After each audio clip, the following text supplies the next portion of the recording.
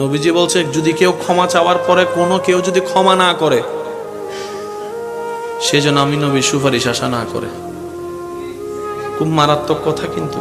সেজন্য নবীজি বলছেন, হে আমার উম্মত, যা জামিলা হয়েছে, যার সাথে হয়েছে, তুমি ক্ষমা করে দাও, তুমি ক্ষমা করে দাও।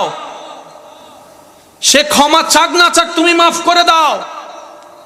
তুমি যদি মাফ করলে তোমার ইজ্জতের কমতি হয়, আমি মুস্তাফা থেকে হাসরের ময়দানে তোমার ইজ্জত বুঝে নিও। বিশ্বাস করেন, প্রতিশোধের যতটুকু শান্তি, তার চাইতে বড় শান্তি হচ্ছে মাফ করে দেওয়া। আমাকেও বলার দরকার নাই, কাউকে শোনানোর দরকার নাই।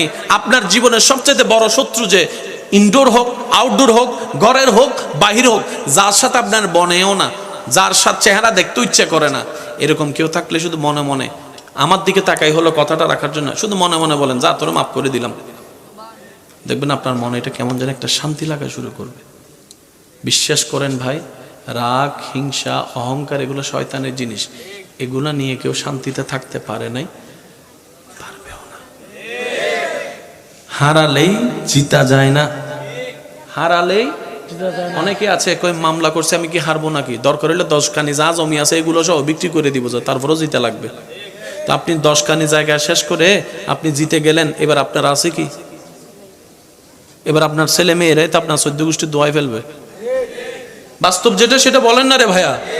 তো সেজন্য আল্লাহর ওয়াস্তে নবীর সুন্নত হচ্ছে জীবনে শান্তিতে থাকার সবচেয়ে গুড ওয়ে। আল্লাহ পাক আমাদের সবাইকে বুঝার তৌফিক দান করুন। যদি আপনি আজীবন বেঁচে থাকেন, যদি আপনার কখনো মৃত্যু না হয়, যদি কখনো আপনাকে একা ঘরে কবরে থাকতে না হয়, তাহলে আপনার যা মন চায় তা করেন, যা মন চায় তা করেন।